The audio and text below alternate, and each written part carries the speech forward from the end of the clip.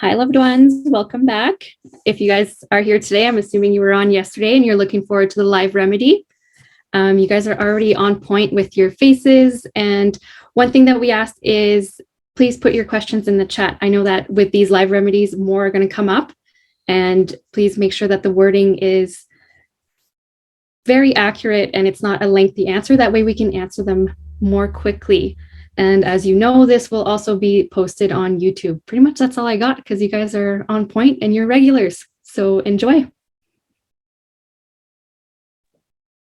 Hello, everyone. I think we're coming online here. See what? Okay, I think I'm on. Am I on? Yeah, we're looking good. It says we're having trouble loading your feed. What does that mean? We're seeing you just fine. Okay, so I'm just gonna. So I do, but this thing's asking me to reload or check connection. So that's probably. We'll do that right now. Reboot it. We should be fine. Okay, we should be fine. Okay, so Bryce is on the road. So he's actually going to miss this. So I'm going to tear right into this component of what it is we're all truly trying to do here. The spirit, the energy of us taking this as the most serious thing we are experiencing in our lives right now. Each and every one of us. This is more important than your children. This is more important than your dog and your cat. This is way more important than your mortgage payment. This is way so far beyond your 9-to-5 job. But I know we all have to deal with these things to make all these elements work. Again, that's why we are working so hard here in the background, trying to punch our way through peacefully, quietly, getting the job done so that we can come right to the aid and assistance of loved ones like you. Now, again, Bryce has been a decent friend of mine and Dean's for a number of years now. Now, this is why I'm going to lean extra hard on him right now and use him as an example. Bryce, this is for you, buddy. The fact that you're on the road, I don't care where it is you're going or where it is you're coming from. It's not as important as this. There's no excuses here, dude. You're one of our better soldiers. I need you to lead way better by example. I don't care if your mom just got hit by a bus, to be honest with you. We don't. Creator doesn't. That event was going to happen regardless. This needs to be front and foremost. We are all putting our lives literally on the line here. And it should feel like that. That's why this comes with sometimes an uneasy feeling or an uncertainty, things of this nature. That's because we were the closest to perfect specimens, dropped into an abstract construct, call that the matrix. Let's charge these individuals with a few things and let's just see what they do. Hence the game we're all involved in. Hence we're being watched. Hence that we get removed from a certain situation once it's enough tests. If we're going to claim we follow scripture or whatever holy text it is that your culture pays homage to, it's virtually all the same. If you can take out the odd little twists that the capitalists injected into those scriptures, right, just to control us, we can still see through the meat and potatoes of everything. And this is why a guy like Bryce, bless his heart, needs spiritual alignment, needs to be at these meditations 5 minutes before they start, so he's settled, he's clear. When Bryce comes on here and he's talking about how he's lost his voice, are you kidding? That's the opposite of what we want to be having happen here, loved ones. This is where Bryce needs much tuning. And Bryce is now going to go back and watch this and say, oh, shit, yeah, Darren, you're right. Sorry, man. I know you're sorry, dude, but put extra meat and potatoes into this. More than we ever have. But again, loved ones, this is you just sitting down and being centered, being calm, being cool. Losing your voice, unacceptable. If you're losing your voice, that's because the words you're choosing are not having the desired effect you wanted them to. Why is that? I can sit here and just spit this shit out at a whispers level. And I can have an incredible impact on things. Why is that? Because I've spent a little bit of time learning to control myself, my emotions. Right? Getting dialed, loved ones. This stuff's important. This is what the judges are looking for. Does it sound like you're coming in peace when you're yelling and screaming? Does it sound like you've surrendered when you're losing your voice? You see how we're missing things here? And this is why this actually now turns out to be more valuable than it would have been. Why? Because we got to talk about this. So me using Bryce here as a situation to teach others how we should be, how we should ought to, all changing ourselves. Again, the entire concept here of resurrection and baptism, loved ones, is literally, we are not meant to be today what we were yesterday. We're to be something better, cleaner, spiritually more enlightened. I don't know, whatever. Just make one little bit of progress every day. You know what? If you do that every day, you're already on the right path. Because you're not being distracted with stupid shit that's taking your mind off of the important stuff. And again, that's Satan, Caesar's game at its best. And we're all victims of it. We all have been our whole lives. I know that better than anybody. Remember, I'm Dean's older brother. So I've seen everything Dean has and a few more years. So I've actually learned to apply those few extra years. But a combination of all of us coming together now, taking, just again, little tweaks, little adjustments, a little better every day. I'm not asking for complete perfection right now. No, that's unattainable today. But you know what? By the end of this week, it sure might be a lot closer than it is today. So just dial up, people. When you're in that zone, as I'm talking about this flow of stuff, the words will penetrate, but they won't stick. Why is that? Because you are entertained and consumed by the feeling of the energies coming out of this thing right here. That's the message that we're all listening to. You'll notice when I start talking about the legalese side of things, that becomes very hypnotic. It becomes very, I don't know what the hell he's talking about, but you know what? It still feels spot on because it's that fluid in that individual and that woman over there and that one and that one and that one. Once we all start talking the same language, again, loved ones, I had this firsthand experience in my life 25-ish years ago when a very good friend of mine and Dean's back in the day, we went on a very long road trip. We were gone for a month. No plan, just picked up and left the next morning. Credit cards, a couple of T-shirts. We stopped off at the grocery store. We took off for a month just to see if we could do what our little job was that we wanted to do. In this journey, I asked this gentleman that was accompanying Dean and I, very spiritual guy, very heart-centered, one of the kindest men I've ever met. This guy goes on to suggest to me that, hey, Christ's return happens when we can all speak the same language. And again, I've mentioned this and I felt horrible for this for 25 years. I made him feel so bad. I made him, in my mind, I thought I made him look so stupid as to the absurdity of how will we ever speak the same language. That, my friend, 25 years ago, I actually made the guy cry because I actually brought such a compelling argument to the contrary of his belief. He literally had a bit of a breakdown. This is a grown-ass man. 25 years later, I'm apologizing. That's me eating my own humble pie. When we can act in a better manner, loved ones, when we can do better, when no one's watching, that's what counts. I don't care if we can turn on that everybody likes me face or persona when being watched. Again, is that the real us? No, we're focusing on the real us, which is why I love to see your faces. I love to see your reactions because every time I see the spark, that's what drives the shit coming out of us right now.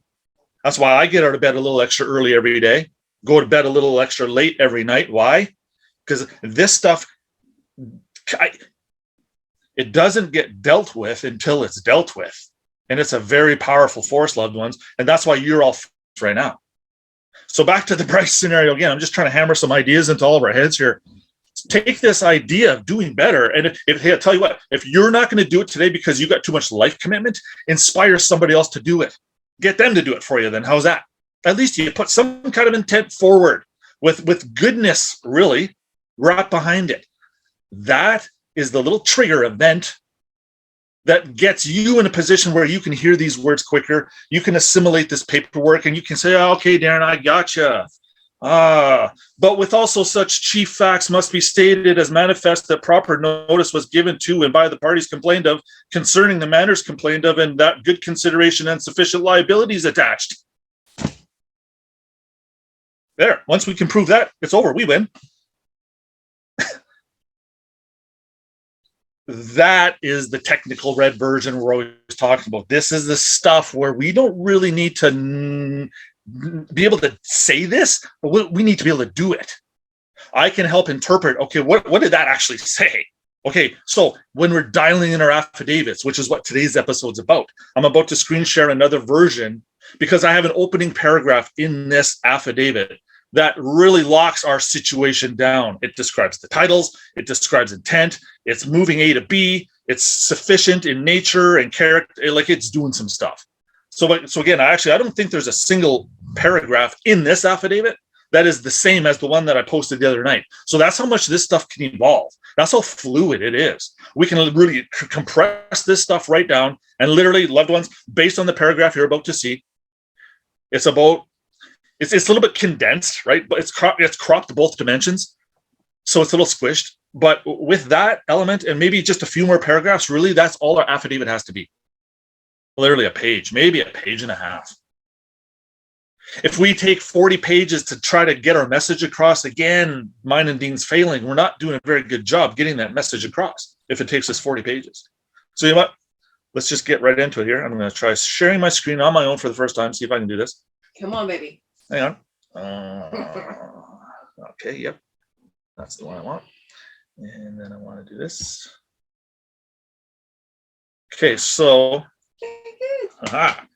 Okay, so this is something I'm cranking out for Jody here again. Crank out your affidavit. You know what? Again, because when you see, well, under the court rules, this particular court rule and this one, this is how we bring affidavits in.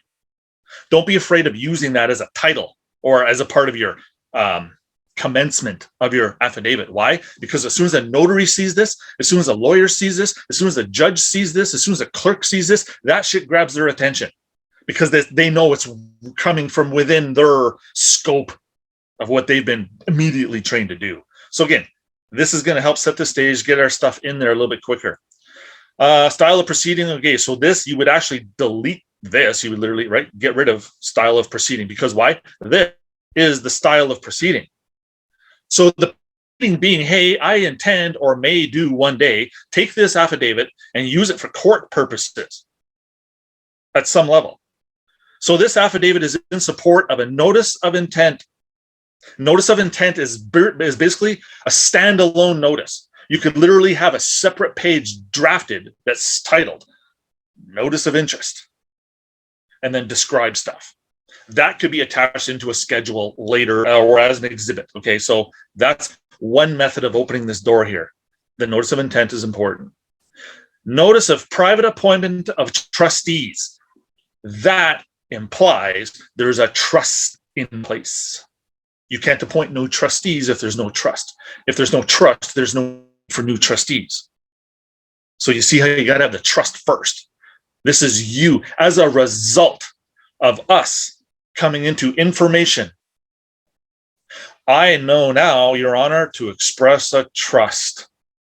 That result, the judge now takes it, and he looks at it, and he goes, okay, I can construct a trust with all of this. He's like the master, he's like one of the master builders. He can put all the foundational requirements in place by looking at the intent expressed in our affidavits and in our deed of trusts. These two things combine to get the job done. And then duly executing it is really all we need to be doing here. So, okay, I've left this paragraph up for a second. I guess you've all had a little bit of a peek at it. Okay, so I, Jody Lynn, of or at near Clearwater, British Columbia, whatever, protected purchaser for value without notice. So right here, we're already establishing a title. They know exactly what bona fide protected purchaser for value without notice means. It means that A, you've purchased your rights back. B, you're showing up probably to convey a title or an interest. C, you've attached valuable consideration to this whole thing. D, you're wrapping it all up in a trust. And judging by this next paragraph, the registrar would not need to read anything else, is what we're trying to do here. So just let me show you something here. Okay, so when you start with the opening caption of the affidavit here, right? So right after it says, without notice, affirm that. Okay, My paragraph doesn't exist in their form. It goes right into this. I am called Jody Lynn. I am duly present. Being duly present is an incredible statement right there. There's the duality. Here's the, yeah, I know I'm deemed to be the person, so I got to show up in person. It seems to be the only freaking way we're going to get any remedy over here. Aha. But look, I also brought the real me with it. And because I got the person and the real me identified properly here, that may set the stage, Your Honor, for under the doctrines of merger, one of these titles to be moved. And as a result of that one title moving, another title gets inserted here into your back pocket, which is what we're always trying to do. Okay, so I just want to go back to this opening paragraph here again. So let's just fill in a few blanks. Okay, look at the way this reads. Again, loved ones, this is not my wording. I pulled this word for word out of one of the equity textbooks, and then I just inserted a couple of words that are relating to our particular circumstance. Again, remember, equity is a general blanket. It covers everything. It's up to you to show up and say, okay, I need this particular piece or this particular part or this particular remedy I'm praying for. And these are all things that we need to be talking about just briefly in our affidavit. Okay, so that by a bond duly sealed and executed. Oh, what bond are we particularly talking about right here?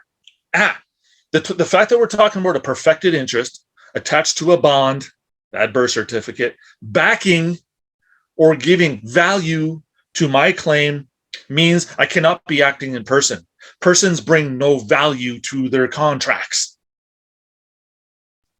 Everything's a construct over there. Everything's an illusion. That's all Hollywood. Different realm here. Okay, so got the date. Now, what's the date? Well, let's talk about that for a second. Duly executed and dated. So that would be the date you actually duly execute that thing. What, Darren, what's duly executing it mean? Okay, the little blurb we put on the birth certificate, part of our adverse claim, that is it.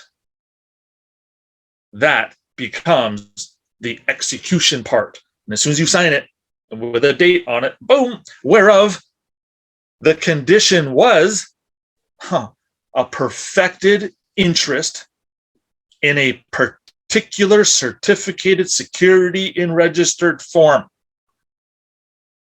held by you, about to be transferred. We don't have to quite describe that right here, but they get where this is flowing. You, the petitioner, became the creditor of that said little golden goose egg, and that this part carries out the petitioner's title right here. It's already been done. It's been established. He or she claims as heir because a result of this whole scheme. Now, again, scheme, we may have thought that was, oh, that's a bad word. We shouldn't use the word scheme because it implies deceit. It implies deception. Wrong. That's a land titles word. A scheme is a plan.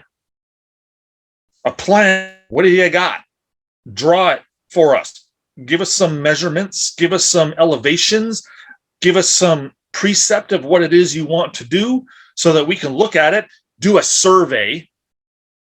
Once the survey is done, there's enough information contained in a survey. Did you know your birth certificate is technically a surveyor's certificate? Evidencing land that someone has at least expressed some type of interest in. That's why this certificate has generated itself. The system doesn't really just spit out these names and estates and registration numbers without the event actually happening. So this opening paragraph, again, we're following the petitioner's title now. Because we can follow it, that means the thing exists. That A or B, that AB, that would be you, on or about the day of, whenever that was seized of and entitled to certain lands situate in. Okay, what would be the thing that you're seized of? What are you seized of? If you're dispossessed of something or you're possessed of something, this is where seized comes in. And then you can actually go in, this is what they call archaic. They don't really use this anymore, but livery of sizen is where seized comes from. And ultimately, this is going to boil down to, okay, who's got the thing? And then who claims to be the true owner of the thing?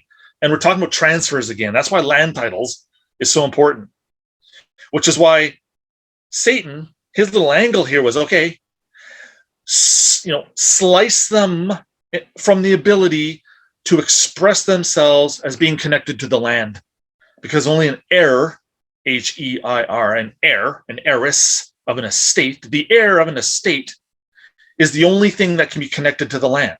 Believe it or not, public citizens are not heirs. Persons like that are not allowed to be heirs by law, and especially in equity. Look into it. That's a thing. So we're talking about being seized, encased. I've got a something. I'm suffocating in concrete. I've been surrounded. I'm seized of an interest. I got it. What is that interest you got? Well, it's the legal one. And I got the equitable one over here, but we'll get to that in a second. So that now that I can prove I've got the thing, I can now show up to get rid of it.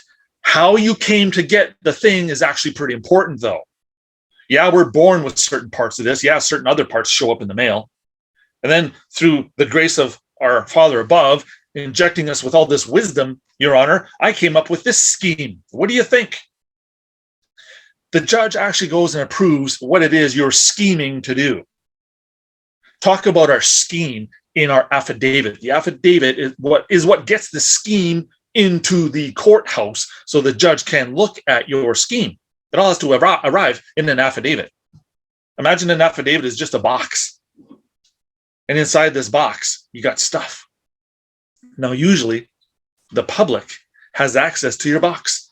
They can go right in there. They can take shit out. They can put their shit in. They can do all kinds of stuff. They can completely screw up your box.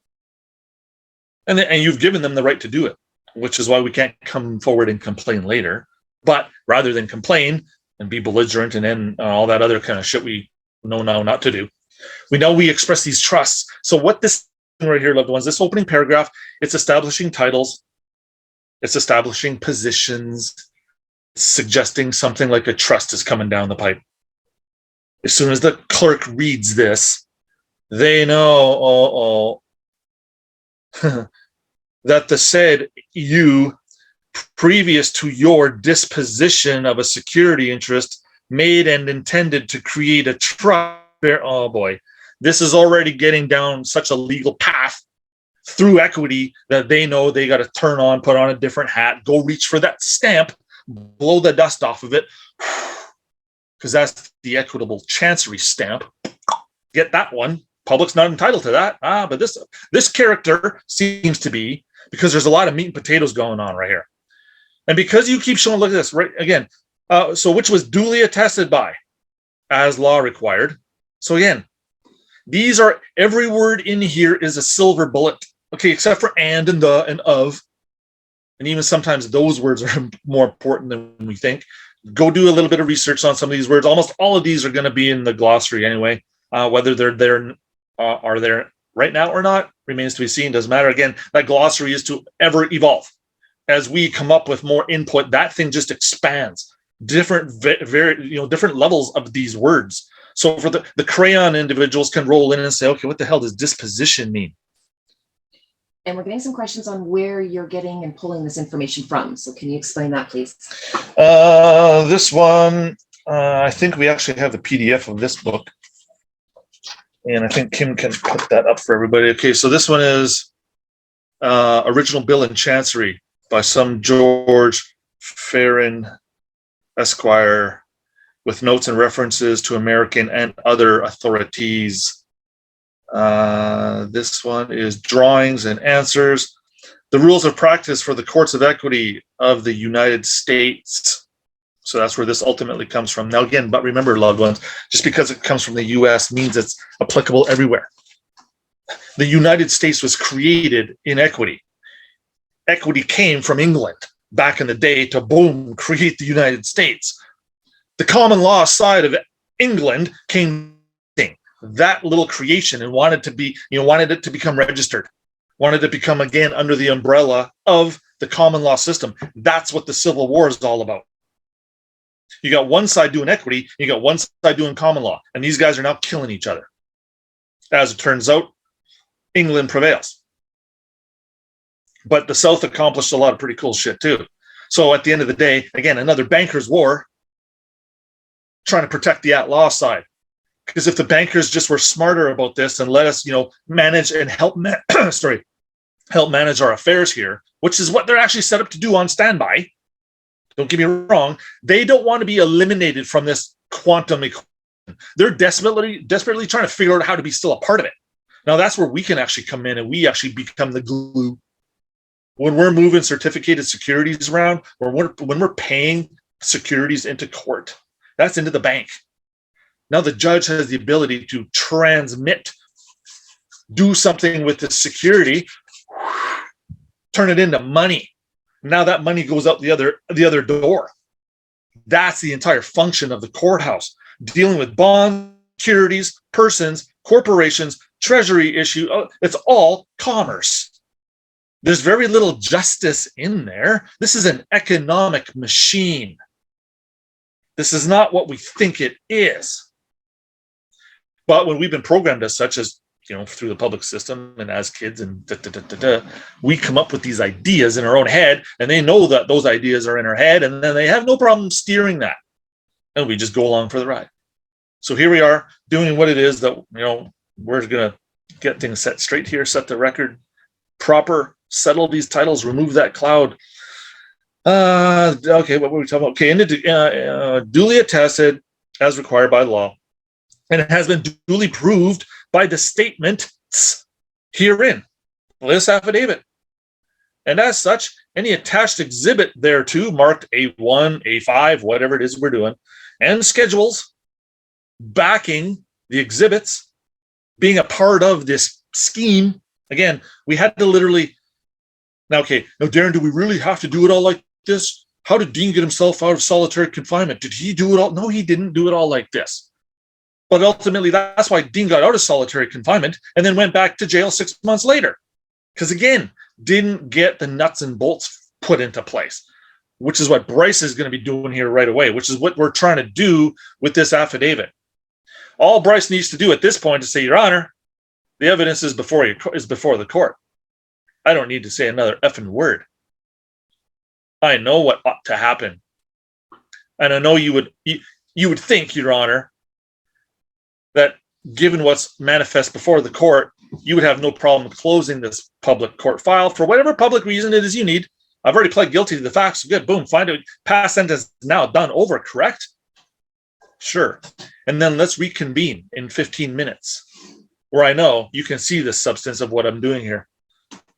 And I know you know the meaning and the value of some of these words. Guess what, Your Honor? I did write this. I do know what this means. So go ahead, fire whatever question you want at me, because I know equity's got my back. And I know, even though it's a little bit technical, once we actually kind of get the feel of what's truly going on here, guess what happens? When you're spiritually aligned, when you're showing up for meditation class 10 minutes before, maybe even do another meditation afterwards, I don't know, we should probably have a closing one. So that, hey, now I can process and deal with and put together and now assimilate and feel at peace and blessed and just so grateful. I should be crying by the time this meditation is done. Maybe we should crank one of those out. I know Jody's listening, so she's probably already developing one. Moving forward. Okay, so I think everyone's got a screenshot of what we got going on here. So, okay, so again, being duly present and as such have personal firsthand knowledge of the facts and the matters expressed herein. Now, again, this is out of the court rules of British Columbia. This is exactly how they want their affidavits styled. This isn't my wording. I added, I am duly present. And that's it. Oh, hang on.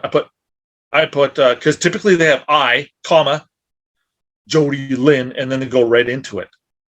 And when you add, I am called, when you're called to do something, that means you are already reserved. Someone's reserved an interest in you. Someone with a higher power, with a higher authority has called you to do something. And just because you ignored that call your whole life and chose to act in person and represent sin and Caesar and Satan and all that other shit, does not defeat the original position of being called, being named. I was called by God, by our Father, to do something in this clean name right here. Again, Jody's surname, the last name. Again, why is it called last? You know what? Do you always want to be loud? Well, I do not want to be identified as anything last. But yet we all just kind of, yeah, that's kind of weird how the whole public system, they always want to know your last name. Okay, what's your last name? Why do we always start with what's your last name? Implying that you're last. And if you're last, you're late. And if you're late, you're going to miss probably the most important part of this segment, 20 minutes worth. If you're late, there's going to be consequences. But we can all learn from being late, being the last. This is where we get to switch gears. That's the whole purpose of what we're doing here. That's why this, again, we're always scratching our heads. We're like, what the hell is he talking about here? Well, again, what I'm talking about here is this is the prerequisite opening statement of an affidavit out of the province of British Columbia, Canada. Every other province is going to have something very similar, if not exact. And then Commonwealth, it may be just tweaked here and there, but it's all basically going to be saying that basic setup. Now, again, I actually took the word sworn out because on the court form, it says sworn right here or affirmed that. Well, I'm just eliminating the whole sworn part altogether. Again, why? I don't know. Bible says not to do it. And what's the premise of all that? You know what? I don't have time to go figure that one out right now. All I know is I don't want to do it. So affirmed is a little bit better. Why? What if we're talking about the firmament? You know how scripture's talking about the waters above and the waters below, the two firmaments. Terra firma is dirt, land. Firma. Firmament. Firm, solid, dirt, concrete, wood, bricks, house, substance, all things good. Firm, mind. Meant is mind. Firm of mind. I'm firm of mind. I'm of one of the firmaments. I have to be. I'm of firm mind, Your Honor. No, I don't even want to say of sound mind. I'd rather say of firm mind, because you know what? Sound is another naval term. It's another admiralty term, believe it or not. It is. Sound alarms and sounding this and sounding is very watery. So I'd rather stick on I'd rather throw in here rather than say of sound mind. I'm going to say of firm mind. Have I done that before? No, but you know what? It's resonating pretty good with me right now. So suggesting that we're of the firmament means something's going on here. And again, a clerk isn't going to look at that and really it's right over their head, right? They're just kind of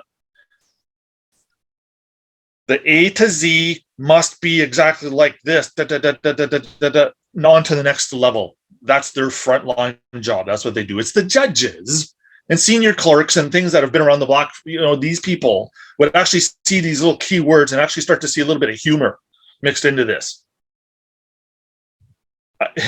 That's how you know you have a pretty good command of what the hell's going on when you can actually spin it into humor now and express it unto others. So that on sufficient facts being established by statements herein to demonstrate the petitioner and adverse claimant having a better title. You've just supported what you just proved right here. So this, again, you lay down some things and then you kind of lay a claim to it or suggest how you created that thing. Again, the thing that just didn't appear out of nowhere. It needs a chain of events that describes a truth to have occurred. What truth occurs, these facts and particular subject matters, a judge can now look at. Again, this is all part of us claiming our interest or expressing an equitable interest or an adverse claim to a particular financial asset. However we want to describe it, at least it's getting that ball rolling. Again, the whole concept of us abandoning our interests at birth is what led to this whole problem. Nobody knew this stuff, though, right? High-level bankers, lawyers, these cats know. But your moms and dads and mine and everybody I know, not a chance. This is how that circle or that sphere protects itself. And you'll actually see here, as equity develops and rolls through, you still have to have the courage to file the paperwork to a court so that a clerk can look at it. And again, we got a few more loved ones coming through at us now. Lone Wolf has got some awesome shit coming at us. We're going to be talking about that in tonight's episode, which is going to be the petition. So literally what I'm suggesting here, loved ones, is we're taking everything we're learning out of the affidavit concept this morning's class, and then boom, bring that knowledge already up until this afternoon's or the 7 o'clock show. So now you're able to assimilate within that 6 hour-ish window. You're going to be in a much better position for the 7 o'clock show, because you know how all these things are going to tie together. Okay, what's after the petition? Well, we're going to get the deed dealt with. And then what's after the deed? Okay, well, now we got to finish those schedules, right? We got to finish the exhibits, label everything, get the envelope prepped, last minute adjustments, big deep breath, and envelope, go. And now the clock starts.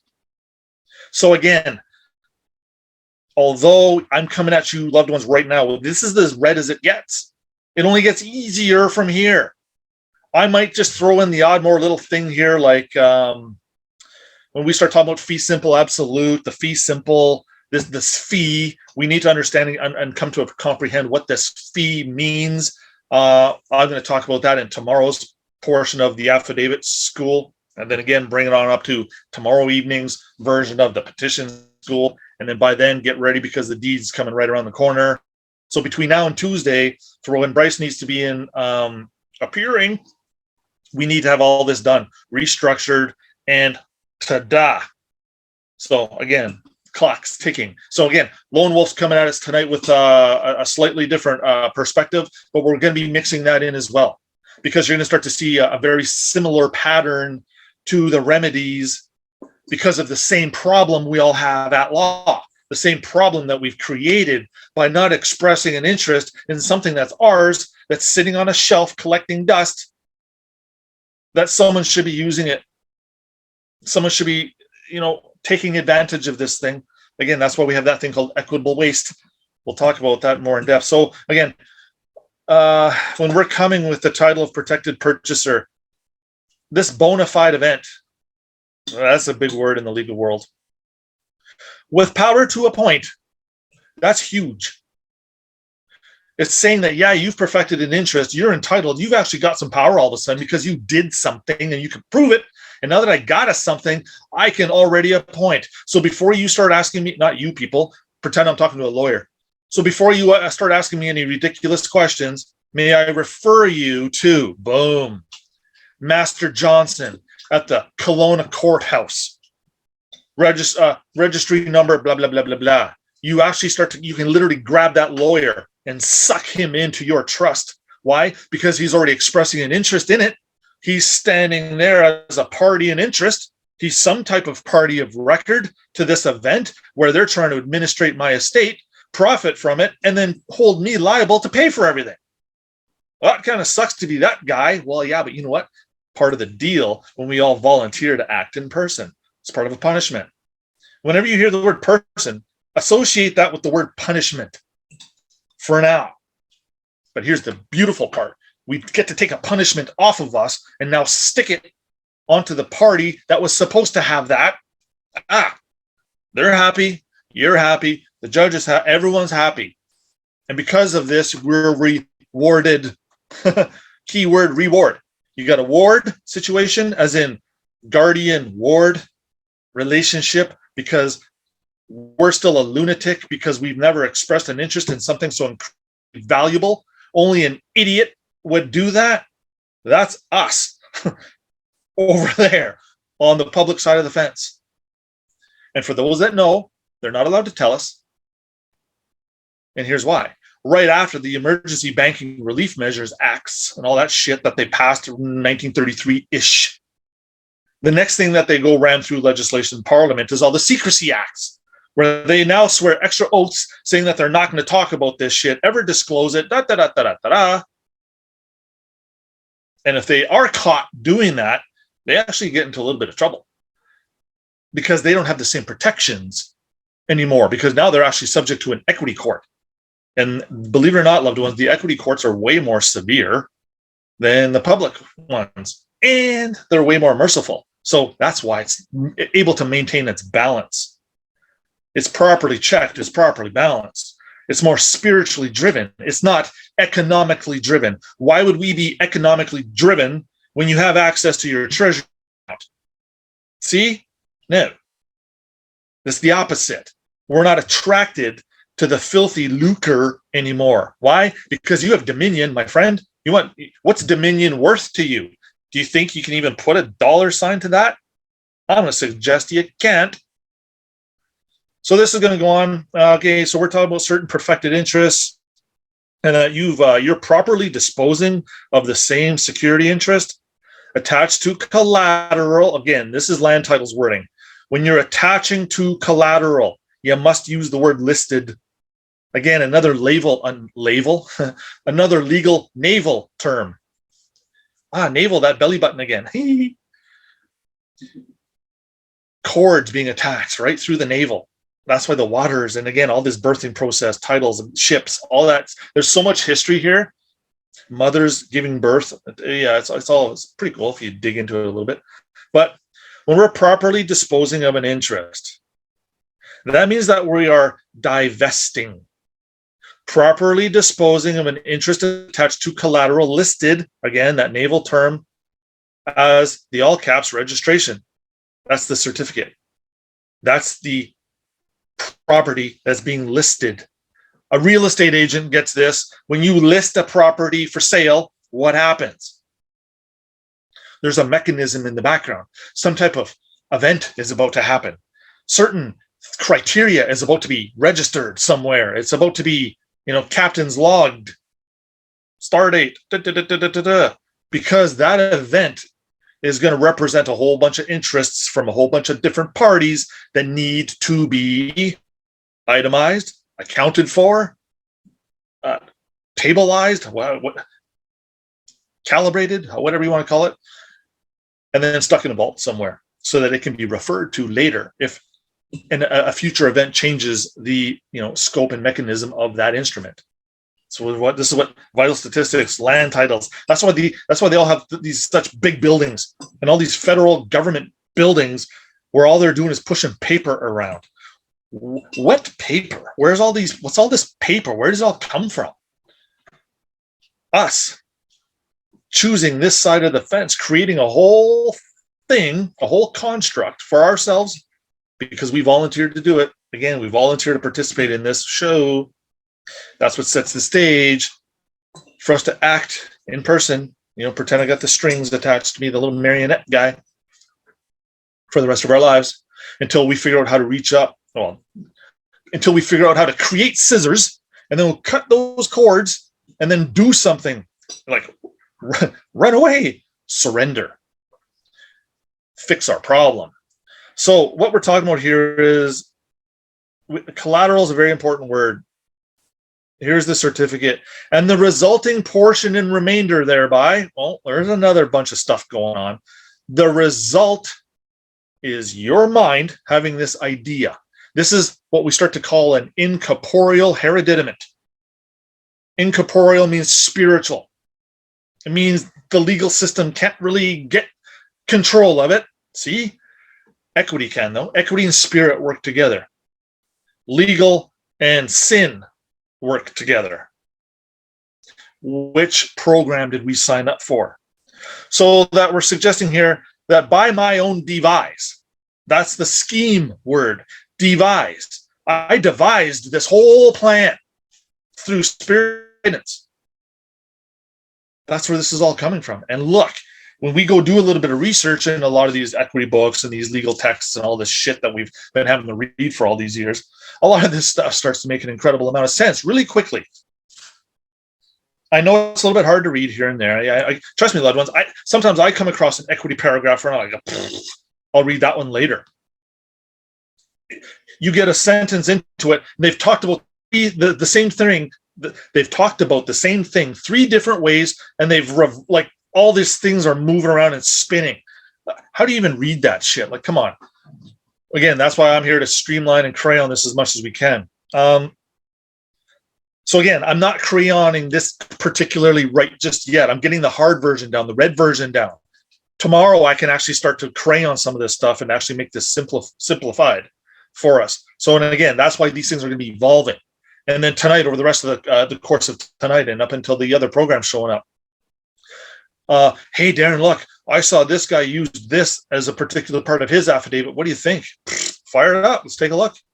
Again, there's been a lot of major contributors out there who've done a lot of homework that are very skilled and gifted men and women who, again, I'm not ever going to suggest that a man or woman's efforts, right? No. We're all here as one team trying to help each other.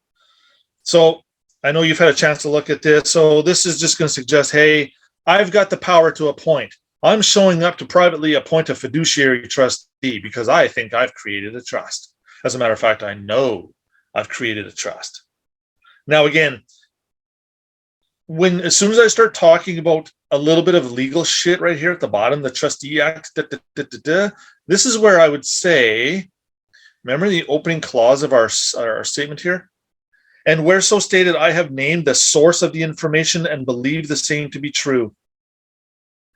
A lot of people don't like the word believe because it's got the word lie built right into it. And therefore it completely alters, again, more word fuckery. I'm not going to say that's not true because you know what? I don't know. But you know what? It's certainly plausible. So for those that don't like to use that word believe, okay, but here, this is what I'm suggesting. When we showed up duly, right? Person's here and you're here. Of you are here. Who's the one that believes? Well, that's you acting in person. Because a man or woman would not use the word belief. They would only use the word I know. I know this is true, and I know that's true, and I know that's bullshit, and I know that's at law, and I'm not touching that, Your Honor. I know. I am, I know. These are the power words. These are the I'm not acting in person words. And when we start stitching enough of these things together, we can have some better, quicker results. So again, what I'm suggesting here, loved ones, is take this little part of this little affidavit clause that's forcing you to believe something. Okay, I'm saying fine. Take that shitty little clause and stick it to the last time you ever act in person. And I'm suggesting drop it right around here where you're talking about I've constructed a trust and thereby under doctrine of reformation can no longer act in person. So I'm depositing the remnants or the remains. I'm depositing the remains of that person here. Sounds like you're burying a body. That's like morgue terminology. Yeah. Seriously, use some of that stuff. The judges know what you're talking about. And when they see that you have such a command of all of this stuff, that you're bringing in all this peripheral, colorful language, you're literally creating a movie in the judge's head. When he can see that you're writing this script, you're coming at the judge with a scheme, a play, a movie that is very entertaining. I've gotten documents back from governments and courts saying that they're not prepared to entertain my proposal at the moment. Entertain. Hollywood. Yes.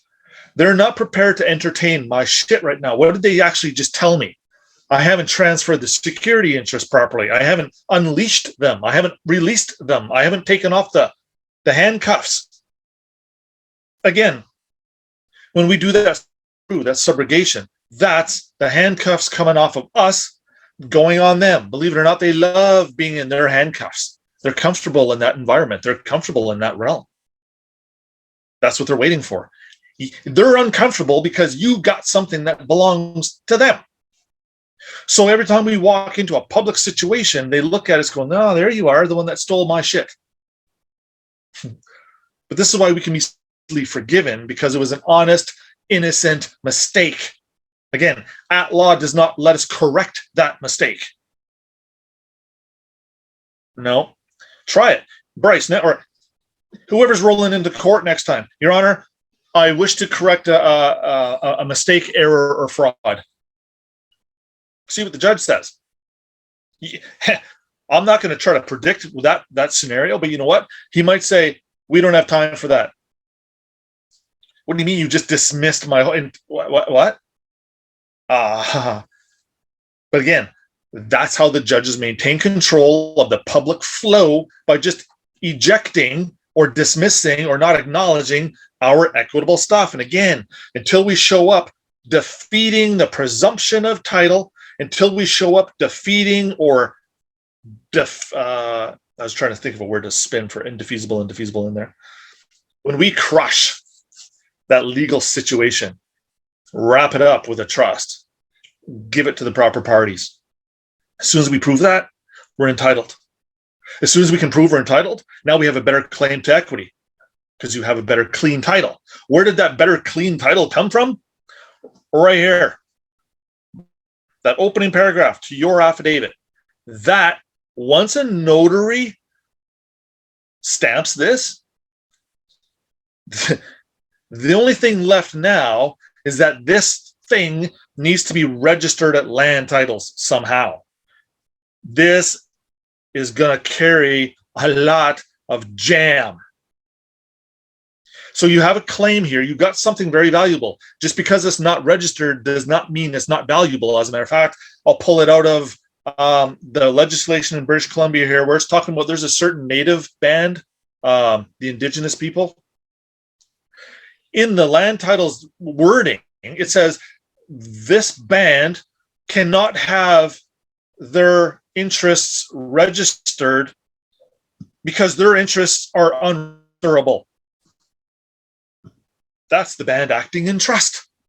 That band knows some equity stuff. There's some elders in that band, well, maybe not now, but was at some point, they knew. As soon as you are registerable, or as soon as you're attached wholly, completely, as soon as you're completely attached to something that can be registered, that means you're going with it. Once that roller coaster cart goes up over the hill and you hear that final last click, click, click, click, and then it goes silent, that means you're free falling. Yeah, there's no turning back. Once we admit and create a record to wanting, desiring, I wish to volunteer for Egypt, to be a slave, and pledge my life energy to building the pyramids without complaint, without regret, without remorse. The system loves that. Oh yeah, we'll take that, no problem. We need lots of people to build our pyramid. Problem is, now that a pyramid's built, we can literally roll in and take control of it, though, if we want. Okay, so I don't quite remember where I left off, but that as a consequence of such facts, Party A, you, ought to exercise her right, my right, as surety, who discharges liability entitled to assignment of securities. Boom. If you remember, loved ones, that was that magical number 34 out of the Law and Equity Act of British Columbia. That is a torpedo. But you'll notice I didn't wrap it up with the Law and Equity Act, RSBC 1996, or whatever the hell that sub-terminology is for. We can actually just refer to the spirit of it, the substance. Just quote the substance. Boom. They know exactly what you're talking about when you show up with a bona fide claim, because you're a bona fide purchaser, proving a bona fide event. As a result of, or as a consequence of all that, you are entitled to exercise your right to discharge any legal liability that was stuck to you, the man or woman, and now charge it to a new party. You got a discharge and a charge. There was a moment in time there where the switch got shut off. When the switch gets shut off, there's an interruption in the electrical system. The electrical system goes down for a second, like when your generator runs out of gas and you're about to lose all power. Literally, right now. I'm not sure if you can hear it or not, but it's happening. There. That was an interruption in the electrical system. Boom. So now I got to go put gas in the generator, start it again. But you know what? What gas am I putting in the generator this time? I'm putting special gas in. So when the machine turns back on, the lights are different. Everything is different. That is the interruption in the commercial world that switches us technically from debtor to creditor. Again, I don't really like to assume the creditor position. Do and don't. Why? Technically, I'm looking at it like our creator, our father. That's the creditor. If we are an extension of that, okay, fine. Maybe I would be more comfortable with sub-creditor or a variation of the word creditor, an extension of the creditor. I'm sure there's a legal word for that out there somewhere. Okay, so again, just continue reading this stuff. We're talking about being entitled to dispose of security interests. I have the thing and I'm entitled to get rid of it. Boom. If you don't have that 1, 2, you're not getting to 3. Okay, so I'm not quite sure where okay, and again, level 1, if I'm this particular affidavit, again, after tonight's or today's class right here, I go right back to editing it more. So tomorrow when you see this is going to be a little different. It's going to have more shit done to it. So don't be all hell bent on, I got to get this exactly down right now and no, because it's going to morph a bit anyway. Again, this is probably, we're looking at, I'd say 70% of it. We got a little bit, a couple more days of polishing this bad boy and moving forward. And then we're going to post it later anyway, so you can have all the eyeballs on it anyway. But again, every single word here is surgical. There's not a single wasted word in this entire affidavit, not one.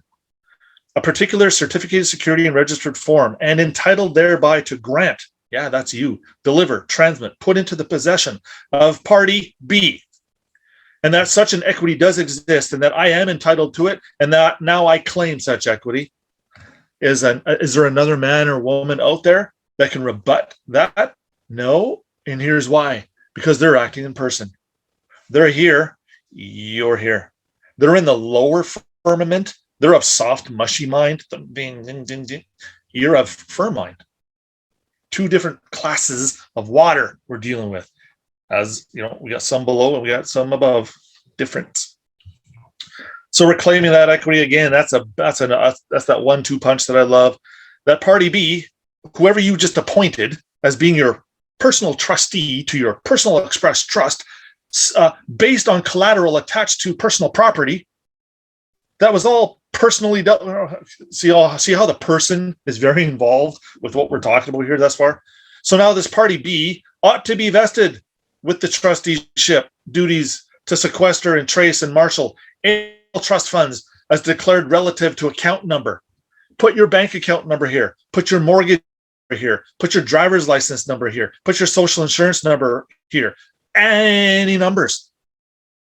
Accounts, any accounts. Develop a list. Identify them a little bit if you want, but refer to them in the exhibit as well. Again, just don't lay it out here. Again, that's why developing these affidavits is going to be so important, so everyone can actually kind of see how things are moved around here in the background. Okay, and I'm just going to be straight up honest right here. $46 million. Wow, what are you and Jody up to? Well, I'll tell you what. She had a big credit card debt, and boom, paid it off. Got a nice little letter back from the lawyers, and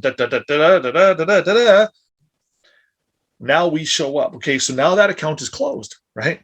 Well, now that it's closed, now that now it's open on the public. Now it's open on the private side. We can now literally roll in, express that particular account to be trust property.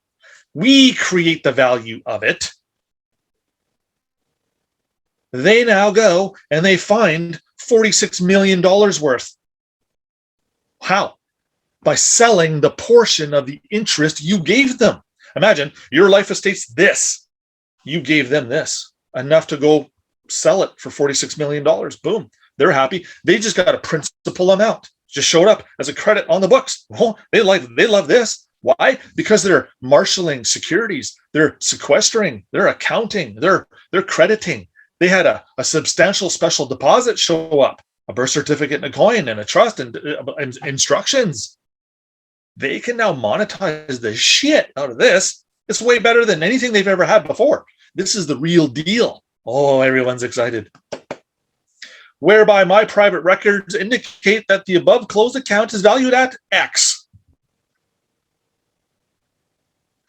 If an accountant now comes to you and says, where did you get that number from? Your answer is, well, after the future monetization of that particular note, this is what I feel it will be worth. If you wish to go provide proper accounting, I best suggest you go do so. And you know what? When they go do that audit and they come back, you're going to be shocked at the real numbers floating around back there. Now, I'm not suggesting this is more or less. I'm just going to suggest you're going to be very happy when you see what the real one's worth. So now they go take this portion out of the public debt because a national just showed up and used it. Boom. You just took your chunk out of the consolidated revenue fund, a portion at a time. That's why we don't grant the whole interest. We don't grant the entire legal interest to this particular lawyer. No. Just grant her a portion of it. What portion? Well, I don't know. Whatever portion is required to facilitate $46 million worth. That portion. The rest is trustee work. We don't even care how it happens. And then, again, you're going to be again, so I would now come in and chop out sworn, right? Just go with affirmed. They've signed off on it. Once the notary signs off on, again, so look at this. How long is this? What is this? Like 2 pages-ish. Yeah, we're going to throw in an 8 and a 9 in here. We're going to clean this up a little bit. I'm going to tighten this more.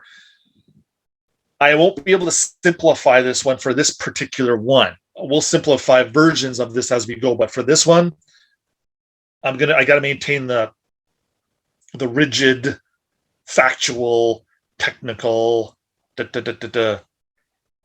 Okay, so I guess that's 1 hour. And that's giving you loved ones a bit of a flow as to where this is rolling. I think I've touched on everything I needed to. So yeah, back at 7. And again, pay particular attention and in mind, again, when you go back and listen to this whole thing again, at the beginning of this show, the more effort we can put into right now, the better off we're all going to be. I know life is trying to swallow us with all of its shit. I know. But that's why we're here, because we're a little bit immune to that, more so than anybody. That's why we're here. We are already in a much better position than most because we have a little bit of this knowledge. We got a fair bit of this wisdom, and look at the progress we can make, loved ones, every day. Can you imagine us doing this for 2 hours a day? And then you go back and you start spending your time doing some of the researching on some of these words. Hopefully, the queens and other loved ones here, we got our glossary is just expanding all the time. But again, as I roll shit out here, I don't sit down and formulate any of this stuff the night before, loved ones. This is just me rolling this stuff out right now in real time. I don't prep this the day before. There is no prep anymore. We're doing the prep on the fly. That's why the sharing component here is going to be so much more valuable. And we got soldiers like Bryce and Lone Wolf and others that are taking on the beast. But again, don't look at it as such a mountain anymore, because as soon as you tickle the dragon, guess what happens? Put the sword and the shield down. Come with a whole different mindset. Again, that's why I was talking about the meditation in the beginning and the one coming afterwards. Use these meditations. They actually have a bigger effect than you think.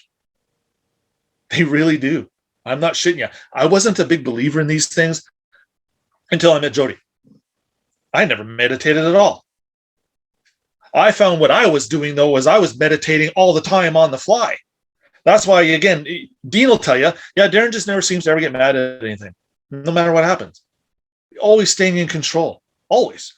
Despite even when the plane's going down. Control. That's why us getting our control back seems to resonate with me so well. I put very little effort into actually all of this stuff. It just seems to already be here for some reason. And again, I'm just a conduit. That's all that this is. Just a messenger. Look what we've stumbled across. And again, fast forward a week from now, when I have actually had a little bit more time, where we do go back and crayon this again. When I'm throwing it at you red, this feels like, oh shit, no, there's no way I'm going to be able to do this. I know. That's why I'm doing it.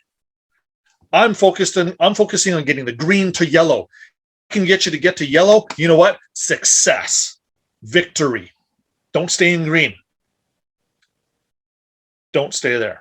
Okay, loved ones, I think that should wrap it up until 7 o'clock tonight, where we're going to be introducing the other loved ones paperwork in conjunction with Bryce. So we're going to have Scott we're going to be developing the same thing on the fly. Because again, as I was suggesting earlier, it's going to be very enlightening when you see how just a few remedies and a few states of mind take care of almost the entire legal system as we used to know it.